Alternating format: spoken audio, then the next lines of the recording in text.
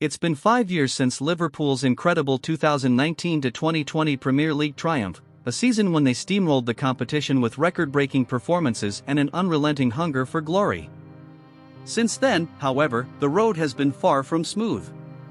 Injuries, aging stars, and fierce competition have seen Jurgen Klopp's side fall short of repeating their historic feat. But now, as a new season dawns, the question looms large over Anfield: can Klopp's men do it again? Are Liverpool truly ready to reclaim the Premier League crown and prove the doubters wrong? In this video, we'll break down everything you need to know about Liverpool's chances of winning the league again.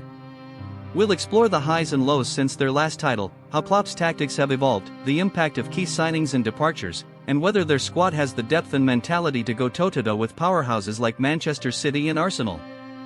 Stick around as we analyze the Reds' strengths, expose their weaknesses, and dive deep into the most important question for Liverpool fans everywhere: is this the season they rise back to the top of English football? Before you start, remember to like the video, subscribe, and activate the bell so you will not miss anything. After their historic 2019-2020 Premier League title, where Liverpool amassed 99 points and clinched the trophy with 7 games to spare, fans believed a new era of dominance was on the horizon. But what followed was a sharp reality check. The 2020-2021 season was plagued by a brutal injury crisis, particularly in defense.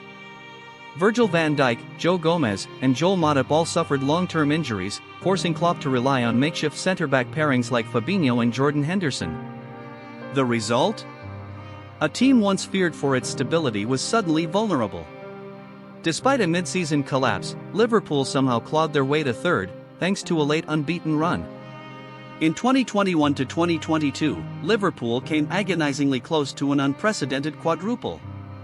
They lifted both domestic cups, reached the Champions League final, and finished the Premier League season just 1 point behind Manchester City, with 92 points. It was a near-perfect season, but still not enough. That campaign raised hopes again, but also exposed how narrow the margin for error was. Then came 2022-2023, perhaps the most disappointing of the Klopp era. The team looked physically and mentally drained. The midfield appeared past its peak, and inconsistency plagued their performances.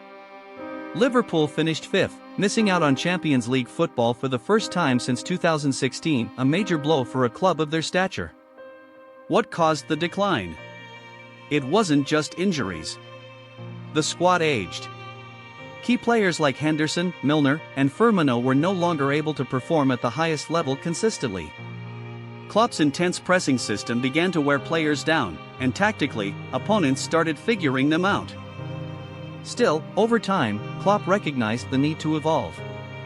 Opponents began finding ways to exploit the high line, especially when the press wasn't perfectly coordinated. Injuries and fatigue exposed vulnerabilities. In response, Klopp made tactical tweaks, shifting to a 4-2-3-1 or hybrid 3-box-3 formation, giving more control in midfield and flexibility in build-up. Perhaps the biggest evolution came with Trent's new role, drifting into midfield to dictate play. This positional adjustment showed Klopp's tactical creativity, aiming to refresh the team's dynamic and solve problems in central areas. In the Klopp era, Liverpool has gone from a sleeping giant to a global powerhouse. His philosophy revolutionized the club, and while challenges remain, the evolution of his tactics and leadership continues to fuel belief that the best might still be ahead. Liverpool's recent transition has been defined by a massive midfield rebuild. After years of relying on veterans like Jordan Henderson, James Milner, and Fabinho, Klopp reshaped the engine room with younger, more dynamic players. The arrivals of Alexis Mac Allister and Dominic Szoboszlai added creativity, pressing intensity, and ball progression. Wataru Endo brought much-needed defensive steel, while Ryan Gravenberch added depth and flair. However, losing Henderson, Milner, Fabinho, and Firmino in a single window created both opportunity and risk. These were leaders, players with title-winning experience and influence in the dressing room. Defensively, gaps still remain. The team hasn't fully replaced the aging and injury-prone centre-backs, and depth behind Van Dijk and Koné remains a concern. The left-back and holding midfield roles also lack top-tier cover. Liverpool's transfer activity shows ambition, but is the squad now balanced enough to challenge for the title again? Liverpool's title hopes for the 2025 season rest heavily on a core group of elite players. Mohamed Salah remains the talisman, his consistency, goals, and leadership are irreplaceable. Virgil van Dijk, though aging, is still the defensive anchor, while Alisson Becker continues to prove why he's one of the best goalkeepers in the world. Trent Alexander-Arnold's evolution into a hybrid midfielder has unlocked a new creative layer, and Darwin Núñez, though still raw, offers explosive pace and unpredictability up front.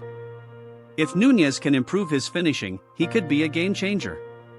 The squad is also benefiting from the rise of young talents like Curtis Jones, Harvey Elliott, Jarell Quansah, and Connor Bradley, adding energy and competition for places.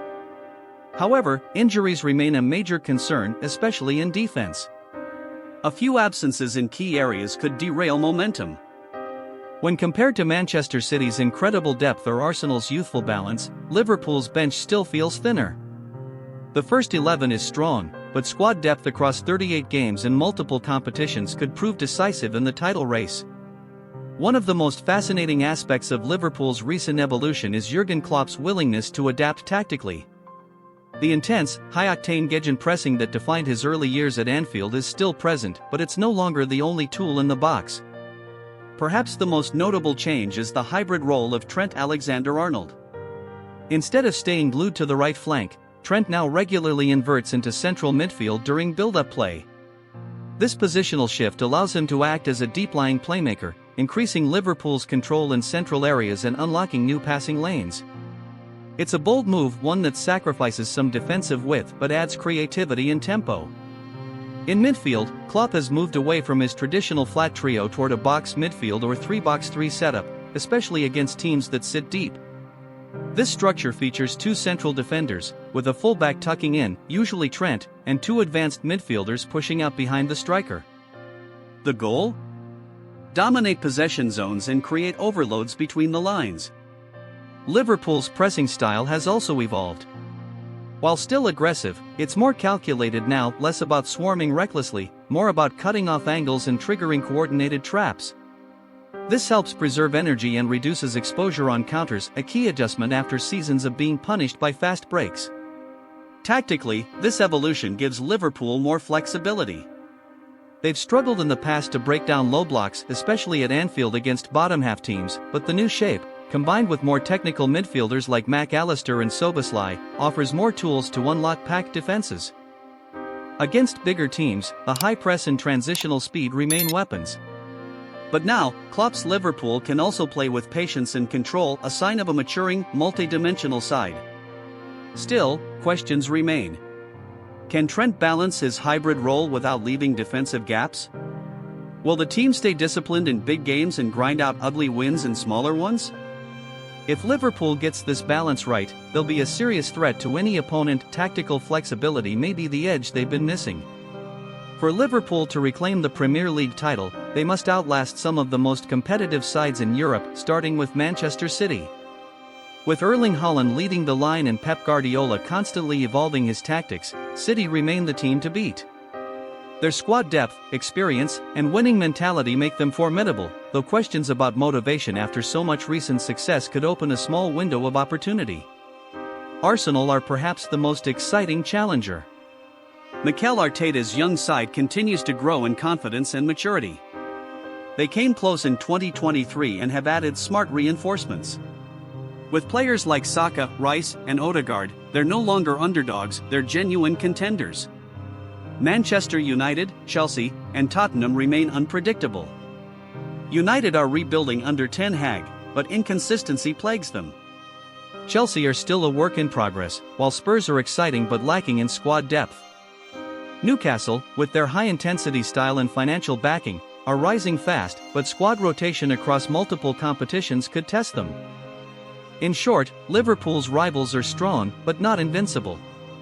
The race is wide open. Liverpool's resurgence depends on more than just tactics and transfers, it hinges on mentality. One of Klopp's greatest achievements at Anfield has been instilling a culture of belief, resilience, and unity. Even during the darkest periods, from injury-plagued seasons to heartbreaking near misses, this team has shown an ability to bounce back stronger. With the departures of long-serving leaders like Jordan Henderson, James Milner, Roberto Firmino, and Fabinho, Liverpool lost more than just experience on the pitch, they lost the emotional heartbeat of the dressing room. These were players who set standards, drove intensity in training, and guided younger teammates during pressure moments. In their absence, a new leadership core is emerging. Virgil van Dijk now wears the captain's armband, and though he's entering the final phase of his prime, his presence and composure remain vital. Trent Alexander-Arnold, a local lad and tactical cornerstone, has grown into a vice-captain role, showing maturity and vocal leadership. Mohamed Salah, always a professional, leads by example with his relentless drive and output. Klopp, of course, remains the emotional and motivational center of the club.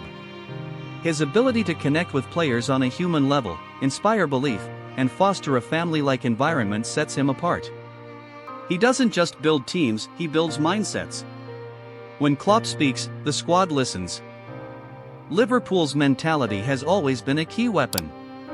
If their new leaders can carry the torch with the same passion and clarity, and if Klopp can continue to unify and drive them, then the fire to fight for the title is still burning brightly. While Liverpool's ambition to reclaim the Premier League title is clear, there are still several critical risks that could derail their campaign, issues that fans and critics alike have highlighted over the past few seasons. The most pressing concern is injuries, particularly in defense. Virgil van Dijk and Ibrahima Konate form a solid partnership when fit, but both have had their fair share of fitness struggles. Beyond them, depth is limited. Joe Gomez and Joel Matip offer backup, but neither has shown consistent reliability in recent years. A couple of untimely injuries at the back could leave Liverpool exposed, especially with their high defensive line vulnerable to counters. Another concern is the lack of depth in certain key positions. While the midfield has been refreshed, Liverpool still lacks a true world-class defensive midfielder to shield the back four. Wataru Endo and Stefan Bajcetic show promise, but in a title race where margins are razor-thin, experience and elite quality are crucial. The backup options in fullback positions and striker roles are also not at the level of their rivals like Manchester City, who can rotate world-class talent with ease. Consistency is another Achilles heel. Over the last 2 seasons, Liverpool have often dropped points in games they were expected to win, especially against bottom-half teams or newly promoted sides. Matches like these don't just define a title race, they can end it. The team must rediscover the ruthless edge that defined their 2019-20 campaign. Finally, there's the issue of fatigue and burnout. Klopp's system demands high energy, pressing, and constant movement. Across a long season, especially with added Europa League fixtures or domestic cup runs, managing player fitness will be essential. Without intelligent rotation or adequate rest, key players could burn out at crucial moments. These risks don't mean Liverpool can't win the league, but they are very real obstacles. The margin for error is incredibly small at the top, and if these weaknesses aren't addressed or managed well, they could once again be the difference between champions and runners-up. After breaking down Liverpool's journey over the last few years, it's clear this team stands at a crucial crossroads. On one hand, Klopp's side boasts a talented core of world-class players, a refreshed midfield, and a tactical flexibility that wasn't there before. The leadership of Van Dijk, Salah, and the rising stars like Trent Alexander-Arnold, combined with Klopp's relentless motivation, form a solid foundation for success. However, the challenges are just as real. Injury concerns, especially in defense, remain a potential Achilles heel. The squad depth still lags behind some of their main rivals, and the team must find consistency in grinding out results against the smaller clubs.